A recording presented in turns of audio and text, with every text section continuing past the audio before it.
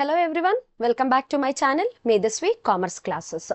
So in the previous videos and all we have started with our planning chapter and we were discussing about the planning chapter. So there we have studied about what do you mean by planning and also what are the features of planning, what is its importance, its limitations. As I already told you, those questions are important for your 4 marks. So we are left out with only another 2 topics in this particular chapter, that is a process of planning as well as a types of plans. Types of plans also they'll ask you for 4 marks, process of planning also they'll ask you for 4 marks. Previously this question they used to ask it as a PUC question. They used to ask you the different steps which are involved in the planning process. Now anyway you don't have any PUC question, that's why they may ask you this question in the 4 marks. They can ask you to explain the first 2 steps or they can ask you to mention only the steps in your 4 mark. So now we'll move on to a very important topic of today's class, that is the different process or the steps which are involved in your planning. Okay, before going to our video, if you have not subscribed to my channel, please do subscribe to my channel Medhasvi Commerce Classes. Please like and share with your friends also. So now we'll directly move on to our today's topic, process of planning. Okay, what exactly mean by this planning? Yes, we have already discussed planning is nothing but deciding in advance what to do and how to do it. So before doing any activities or before achieving any objectives, first you have to plan how you are going to achieve those objectives in your organization. Planning plays a very important role because without planning you can't do any activities in your organization. So first, it is a major function, it is a prime function of your management, as we all know that. So now the question is, okay ma'am, I understood planning plays a very important role. Before doing any activity we have to do a plan in your organization, everything okay, but how to do this plan? Is there any sequence of doing this plan, or do we want to follow any procedure for this plan? As this planning is purely an intellectual process, it is a mental exercise, it is not a physical activity. You are going to use your mental capacity to draft a plan how you are going to achieve that particular objective. So to do that, so many logical steps which you have to follow. According to this sequence only you have to follow and you have to draft a plan to achieve any organizational objectives. Okay, so now we'll see one by one steps which you are going to implement while you are achieving the plans for your organization. So as you can see it on the screen, we have 7 steps which you have to be followed. See, as I'm focusing on steps, you have to follow according to the chronological order only. So step number 1 should be setting up the objectives, then it has to followed by your developing premises, identification, evaluating, selecting, implementing and follow up the action. You have to follow in the same order. Okay, so without much delay we'll move on to our first step, setting objectives. Yes, what do you mean by this objectives? Yes, we have discussed in the previous classes. See, why we are going to do a plan? We are going to do a plan to achieve some goals, to achieve some objectives in your organization. So first you will fix what the goal, what is the thing which you have to achieve it. So first step in your planning is setting the objectives. First you have to set what objectives has to be achieved in your organization, whether it is a short-term objective or it is a long-term objective. What is your objective? That should be set. And this setting the objectives can be set for entire organization. That is for entire organization. You can set one objective like you have to increase your sales by 20%, or this year you have to concentrate more on producing the goods and services, or you have to open up a new branch this year. So it may be for entire organization or it may be for a single department which is there inside your organization.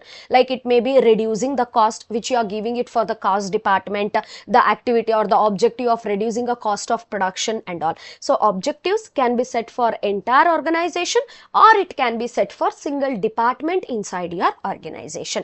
And while setting the objectives, you can't set the objectives however you want. That should be realistic.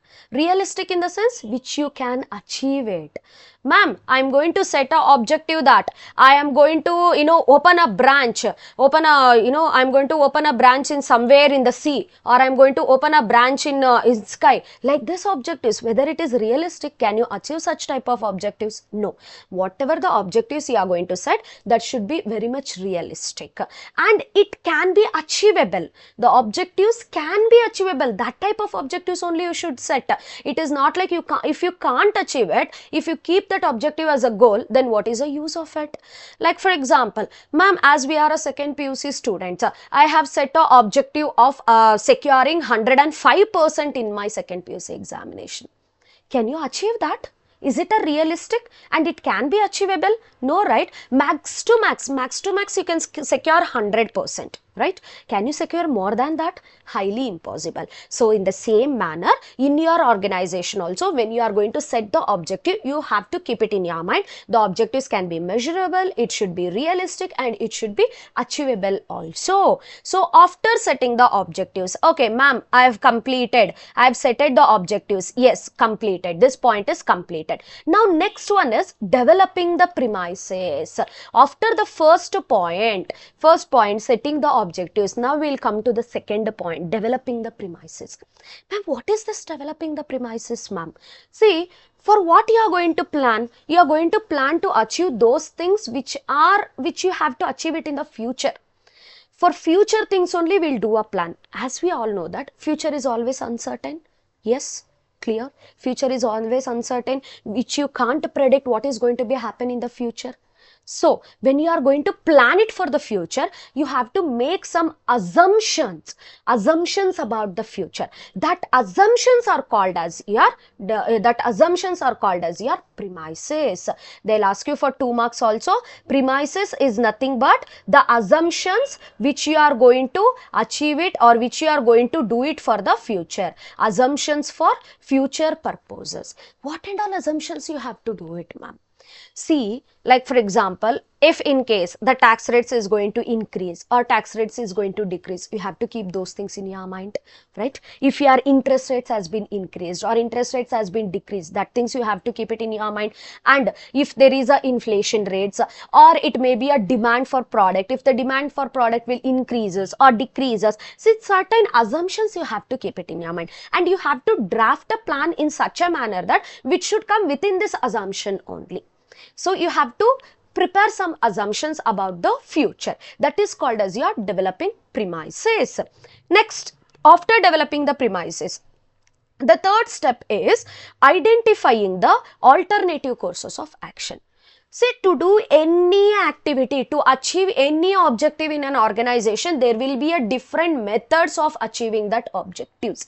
There will be a different methods. Like if you have kept the objective of securing 95%, there will be a different methods. Like you can concentrate on your self-study, or you can go for a coaching classes, or you can study through like this YouTube videos, or you can study through your college, or sitting in the library, like that. Different alternatives will be there to achieve the objective. So first you have to find out what are the different alternatives which are available for you people to achieve the organizational objectives, or to achieve the objectives which you have set up. So identification of alternative courses of action. So to do any of the activity, there will be different forms of doing that activity. So you have to identify what are the different courses of action, what are the different forms which is available to you people to achieve such objectives. Okay ma'am, I came to know that I've made a clear plan that these are the many things, many ways I can find out to achieve my objectives. Now what should I do? Now again I got a dilemma, ma'am, because as of now, my thing was only to plan. Now, I have so many alternatives in front of it. How can I choose it? Yes, coming to the next step, that is evaluating the alternative courses. What do you mean by this evaluating? Evaluating is nothing but checking, analyzing each and every alternative, the pros and cons of each and every alternative. Pros and cons is nothing but the merits and demerits. You have to take each alternative, understand that alternative, analyze it. If I am going to implement this, what will be the merit I am going to get it? What will be the demerit I am going to get it? Like for example, I'm going to concentrate on the self study. Through self study I'm going to I'm going to do it and I'm going to achieve the 95%. Yes, through self study there will be some merits. Yes, you can save some cost of money, some money you can save it instead of going for your tuitions. And if the demerit is that if you are going to do a self study, if you get a doubt, what you are going to do it, right? So these are the things. So each and every alternative you have to check what will be the merit as well as what will be the demerit. So first you have to check for the pros and cons of each and every alternatives. So clearly analyze what will be the consequences if you are going to implement that particular plan. So now, yes ma'am, I have examined, I have evaluated, I came to know whatever the different merits, demerits is going to be happen when I am going to implement such a plans. So everything is fine.